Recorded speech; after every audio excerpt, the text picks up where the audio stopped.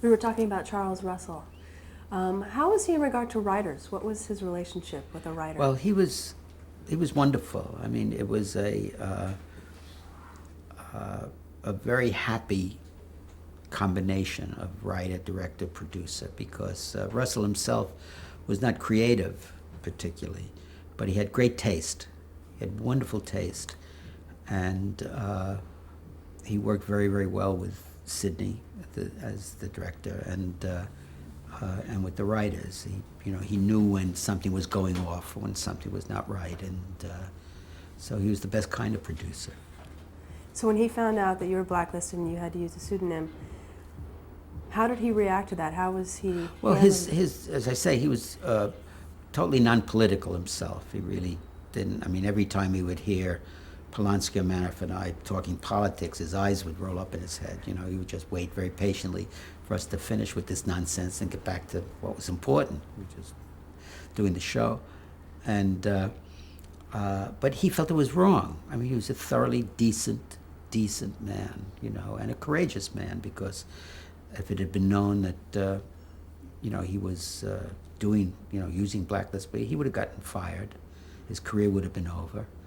And he wasn't political as we were. I mean, we knew what we were doing and took that risk, but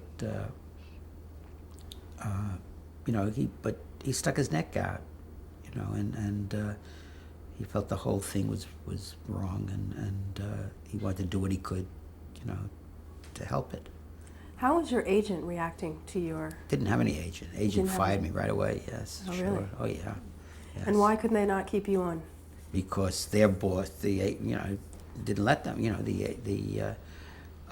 Just like the studios couldn't.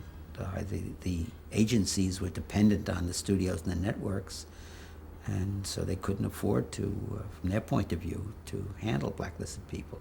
How were you told you were fired? My agent took me out to a very fancy lunch. I immediately knew something was wrong, and said, "I'm sorry, I can't handle you anymore." Did you offer to use a pseudonym then, or? Yeah, I said, "Well, suppose I have a pseudonym." He said, "No, it's too risky. I can't do it." So how long did you continue to write with the pseudonym for Danger? Well, I used Bauman, I don't know, maybe 3, 4, half a dozen times, something like that, until Russell said, "They want to see the writer." Now, was this writer that you had created, was he getting a lot of attention for his work outside? Oh, yeah, yes. That a number of the shows were successful and got good notices, and Danger itself was a successful show. And so other producers called Russell and said, "How do we get in touch with this writer? We want to use him." So he had to do some very fancy maneuvers, make excuses. The writer can't be reached. He lives out of town. He lives on top of a mountain in Colorado or someplace like that. And he got other producers angry at him who thought he was keeping the writer all to himself and hogging him. He rather enjoyed doing it, Russell. He had a good time doing it. But was it Worthington Minor one of those that was interesting? Yes, there's a producer named Worthington Minor who was, I think, doing Studio One, who got very angry at Russell for it.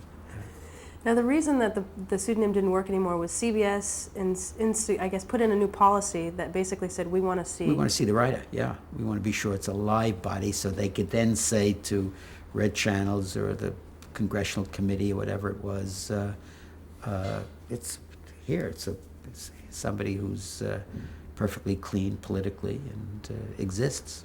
So how did you resolve your situation? Well, then it started a whole, whatever it was, 8, 9 years of finding fronts, somebody who could go up and be you. Right. And so what did you do with Paul? Did you end him? Paul we buried. Russell made up some story about he had gone to Switzerland for some incurable disease and had died there or something like that. So who became your first live front? How did you go about finding someone to front for you? Like you go out trying to find an apartment. I mean, you ask everybody, and you think of people. They had to have certain qualifications. They had to be more or less legitimately in the field. someone whom or someone breaking into the field, and had to be somebody who could handle themselves in a story conference, and whom you could trust. And it was not easy to get a combination of all that. I believe, the first front I had was a woman friend of a friend of mine, and who wanted to be a writer. She wanted to be a writer, and she did several shows, and it was they went around. All right. She wanted a lot of money for them. I think she wanted 25% of what I made. Was this Rita? This was Rita, yes, and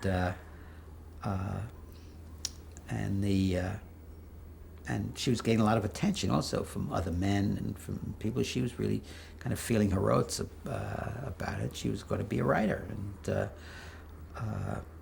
and till she came in one day. She said she couldn't do it anymore because her analyst had told her she could. It was bad for her ego, and she's saying it was very good for her ego what was happening. And he said no, it was false. What was happening, and better she should feel miserable, and so then she would know when she was becoming healthy. This way she would never know. And she was mad at me. She wasn't mad at him or anybody else, because I had given her this entree into paradise, and then pulled her down again. So that was the end of that. Did she ever have to do any rewrites for you? I don't think she ever had to go up, because it was mostly danger, I think, for that she was doing. So, did Paul Monash, did he ever do a... Monash, who was a writer, a successful writer, just beginning to be, he went on to become extremely successful in television. He was very nice, because I didn't know him very well. We had the same agent. And I met him once accidentally up in the agent's office, and he knew my predicament, and he offered very selfishly to lend me his name for a show, which he did. But it was difficult for him because he had his own career, so he couldn't pursue it. How typically would a front present your script? Well, again, if it was someone like Russell who knew about it, or later on David Susskind, who knew about it, then it was no problem. The front didn't have to appear at all. It just had to be known. Other times, he would either, I'm trying to think if they had agents. I think one front had an agent, and he would just give the agent the script with his name on it. And agent would either, if it was a speculative script, take it around, try to sell it, or if it was a script on assignment, it would hand it into the producer, and then if it had to be a story conference, the front would go in, and you'd keep your fingers crossed. Usually the standard thing would be to say, well, I have to think about this. This is too important for me to tell you off the top of my head. Then, in the movie The Front, when Woody Allen has to do the rewrite, did that ever happen at any point? No, it never went to that point where you had to do it on the spot, really, fortunately. Yeah. Who were some of the other fronts that you used for Danger? I know you used a couple later for You Are There. There's a man named Leo Davis, his name was. Lovely man, been a kind of an itinerant gambler, and he was trying to improve his character where he did it. He was a friend of a friend. I didn't know him very well, but he was a lovely man. He refused to take any money because it was all character building for him. And also, as I say, he was a gambler, and he kind of liked the whole con of it. And he was very articulate, and he was able to go in and bullshit. But he ran into his own problems because he was the sole support of his old mother and father. And they saw he was getting these shows on, presumably making a lot of money, and they kept bothering to give them more money. And then friends would come around to borrow money from him, which he didn't have, and his social situation became intolerable. Really. He wanted to, but I was the one. I said, no, you can't go on, you have to stop it. And but he was a lovely man. How many times did he front for you? Oh God, I don't know, because that went on into You Are There also. Really? So yeah. Quite a while. So it was, yeah. It was, Did you use one front all the time until you couldn't use them, or were you kind of... no, it was just one. That was hard enough, using just one rather than getting more than one. Was Howard? Howard was another one. Well, Howard was just a couple of times. Howard was a very good writer and had his career on his own. Rather pretentious man, but he couldn't make up his mind whether he was going to win the Nobel Prize for literature or physics. And but he was a good writer. He was a real good writer.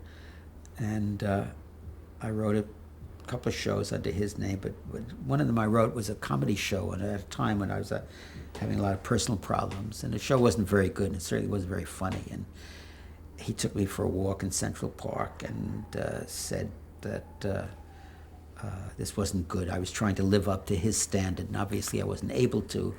And we couldn't keep doing this because I would be badly hurt from this continued thing. I wanted to kill him, but he was really a nice man. Yes. What kind of dangers did a front encounter? I mean, what does this mean for them? Well, what it meant for them was, again, for example, one of the fronts had a job on a civil service newspaper here called The Chief. And if it was known what he was doing, that he was black, that he would have been fired. So there was a certain amount of risk that they were taking at the same time, and for some of them it was worthwhile because as an ego trip, as a way of getting credits if they wanted to be a writer, as a way of making some money. So they took that chance. But for you, as a front, because a lot of them didn't have experience, didn't that give you less for your scripts monetarily? Well, the script, what you get paid for is always based on credits, how much credits you have, and if, say, I would get a front from scratch who had no credits, I would be starting at the bottom at minimum. Then I'd build it up and get a little more if they did scripts. Then they would leave or something, and I'd have to start again at the bottom. So that was tough, that part. How'd you work out the income? Well, again, that was a problem because the one thing we knew we didn't want to do was any kind of finagling with income tax, that whoever got the money had to declare it. And at the same time, it was, what would you declare it as if your name wasn't there, So finally we said we would just have to risk it. And, if say Leo would get paid, whatever it was then, $500 for a script, and then give me the $500, I would declare it. He wouldn't because he didn't get it. And he would put down or that he had given me a check for $500, it had gone to me. And we just, we all believed the FBI was looking at income tax returns, but we just took that chance. As long as we were being honest, that whoever got the money was declaring it. Now, at this time, well, did they ever do rewrites or revisions at all? I mean, you pretty much cleared that out of the way because of Charles Russell. He was able to kind of help keep you away from the others. But yes, of course, sometimes they had to do rewriting. It was always rewriting on scripts. And you mentioned earlier someone was actually writing on their cuff or something? Oh, well, that was in a story conference. I remember when there was a friend who went in who was very nervous, didn't know what, and I was trying to think of what questions they would be asked about the script, and I made notes for him on his cuff for him to consult when they would ask him those questions. Did they often read the script before they turned it in? The fronts? Yeah. I made them read the scripts, really, just to be prepared, just in case something happened when they went. And most of them wanted to, see what their name was going on. Now, at this time, what was a sponsor's role in Danger? Because it was sponsored by the toothpaste company. Amident toothpaste. The man, I think his name was Block, Melvin or Marvin Block, or something like that. Mel Block. I had nothing to do with him, of course. The writers didn't. He dealt with Russell and the advertising agency, and apparently he was a good guy. He was a nice man, but there again, he was at the mercy of what was going on. I remember one time, Russell had hired an actor named John Randolph, and who was a known left-wing person, and he was attacked by the Aware people, or this man in Syracuse a man named Johnson, who owned 3 supermarkets and terrorized the networks by his virulent anti-communism. You know, he would put up signs before products in his markets saying this company is sponsoring communism, and and he had the networks terrorized. I mean, they would send him cast lists to approve, and he came down and had a meeting with Mel Block about John Randolph, and why were they hiring him, and Block promised it wouldn't happen again. But did Johnson's role, I mean, was that common at that time to have someone from some marketing ploy be that involved? I don't know of any instance apart from Johnson who had that much power on so little base, really. 3 supermarkets, that's all.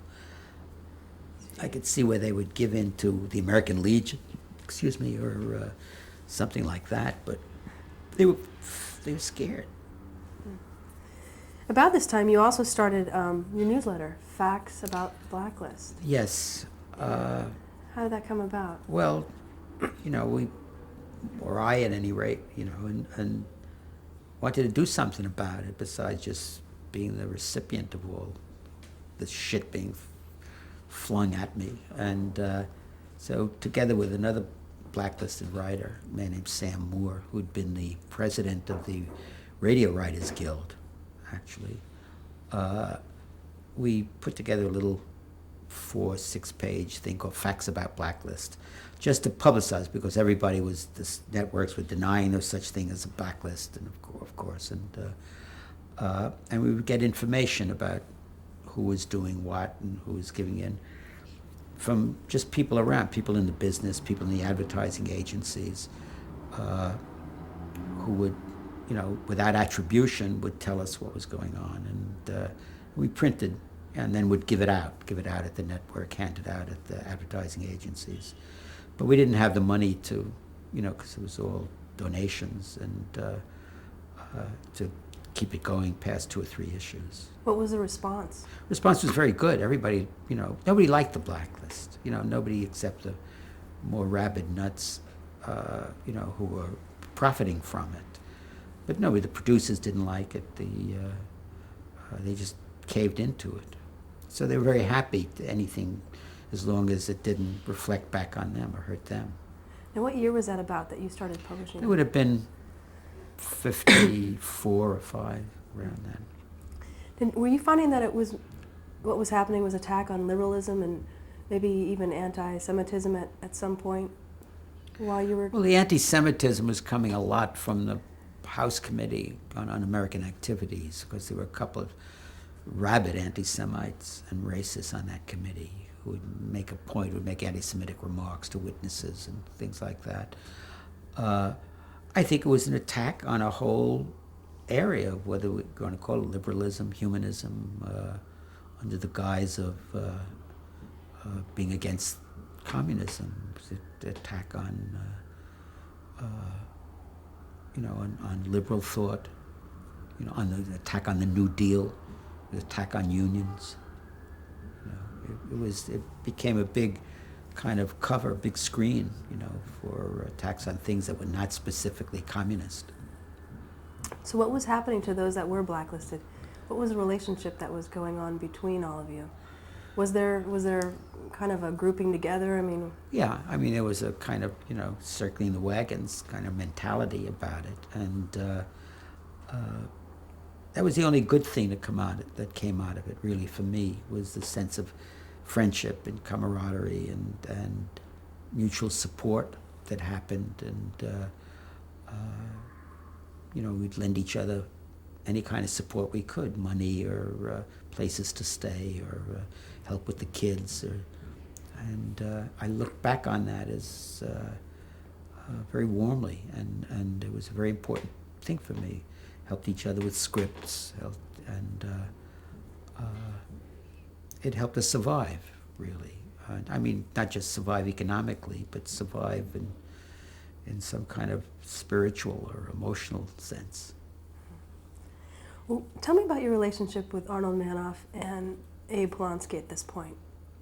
Well, we were very close. We became close friends, and we formed this little group, really, a kind of a little commune, I suppose. And we were doing for a long time just the two shows, just Danger, You Are There. And, we were friends socially, but we would also meet on like once or twice a week and to discuss what the scripts were and to allocate who should do which scripts. And it was on the basis of need. If I needed to do a particular script because I needed the money, then I would do that. And we had a kind of an unspoken obligation to each other. If I had problems with the script, I would bring it in to the group, and we would all work out the problems in it together, and whoever got the particular assignment kept the money. I mean, the money was not spread out among us, but we each took on an obligation to help the other two when it was possible. So it was it was very unusual and gratifying part of it that I miss. I really do miss that. We exist in a very dog-eat-dog business, and I miss that kind of mutuality that we had then. Describe each of them for me. Well, they were all quite different from each other. Polonsky was an intellectual, very much an intellectual. He had taught at City College beforehand. He'd written a novel. Very erudite, very learned, cultivated man, and happily married and had a couple of kids. Manoff had been a very promising young writer in high school and won a number of prizes, and a very unhappy marriage, and was much more of a man about town than Polonsky was, and but also very, very gifted, very gifted man, very perceptive and sensitive man. So we were kind of an odd trio. Well, 1953, the show You Are There premiered on television. How did that show, how was it created? Well, it had originally been a radio show at CBS, also I guess called You Were There. Mm-hmm. And it was a recreation of historical events through the ages with reporters from CBS interviewing participants. I never heard the radio show, so I really don't know what that was like. Then they decided to make it a television show and assigned Lumet and Russell to do it. And then there was a whole question of how do you show the reporters, or do you show them at all? At first, the original idea was that you show them. Then it was a question, do you show them in contemporary clothes, or do you put Dan Rather in a toga, for example, to interview Julius Caesar? And we nixed that. We finally decided that the reporter would be off camera. You would never see him, you just hear him interviewing people. And so we started, CBS had a list of subjects that they wanted us to do, which we winnowed down. A lot of them we didn't like, and came up with our own subjects and kind of a style for the show. Now, this was produced by Charles Russell, and Sidney Lumet was the director. Exactly, yes. So how were you able to write for this? Because you were blacklisted still. This is 1953. Because we were writing under different names by then, So. But you were the three prime writers, Yeah, correct? we wrote almost all of them. Whose idea was it for you to control, really, the Ours. It was ours. We decided, rather than trying to work piecemeal for a show, we would try to get a show and control it, and that would be our main sustenance. And Russell and Lumet were perfectly happy about that, and since we were all about the same level of competence, we knew we could do it. I mean, there were even one case where Polonsky was to do a show and he got seriously ill, was in the hospital, and we wrote the show and went in under his name and or the name of the front he was using, and he got the money for it, and nobody knew the difference. So talk about the writing process for each one of those shows, because they were historical events. They were historical events. Well, say we would take a show like Columbus Discovers America, with Lorne Greene playing Columbus, I remember. We would talk about the show, and what we had found out to make those shows work was to find out what was the historical conflict at that time around it, and we would just talk it out, and we would decide which one of us should take that particular show. And we find ourselves kind of automatically falling into certain things. I took the Civil War shows for whatever reason. I'd been interested in the Civil War. Abe took the high cultural subjects like Beethoven and John Milton, things like that. And then if I would write a show, if I felt I needed help with it, I'd bring it in and everybody would read it and suggestions would be made. Or if I didn't feel like it, I would just hand it right in to Russell. And you were using fronts at this time? Yes. Right? Still using Yeah. fronts? Yeah. Who were the fronts that you were using? Abe was using a man he had met, one particular man. Manoff was using a woman. I had found an old friend of my brother's whom I'd known since he was a kid, and a man named Leslie Sloat, and he was really my main. He was a lovely man, wonderful man, and he wouldn't take any money for it, and so he was the main one. Were there any problems? Did it cause any problems that you were not able to be on the set for anything at all? Nah, nobody ever wants a writer on the set anyway, so it didn't. No, if anything came up, Russell knew where to get us, and so if it was any last minute thing that had to be done. But usually it wasn't. I mean, if there were any problems in the writing, they surfaced during the rehearsal, and we would fix it. How much research did you have to do for each of them? Well, a lot. That was the best part. That was the fun part, doing the research.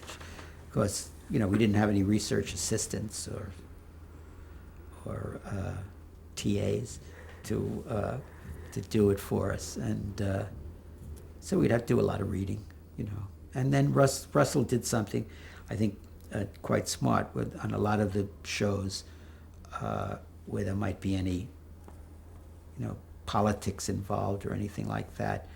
He would show the scripts to prominent, distinguished professors at Columbia or NYU or Yale, and get their approval of it or their criticisms of it. So we never had anybody, complaining. Well, I had one complaint. I remember I did a show about Marie Antoinette for the French Revolution, and we got a letter from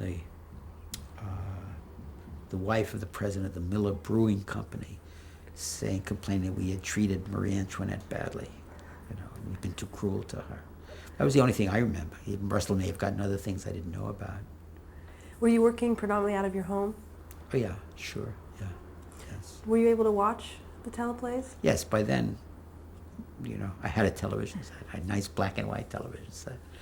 And so I could see them when they went on. And I would watch them with my kids because they went on at 6 or 6:30 on Sunday night. It was very successful and won a lot of prizes. It was used in schools and a lot. I'm going to cut here and we'll be right Okay. back to the table.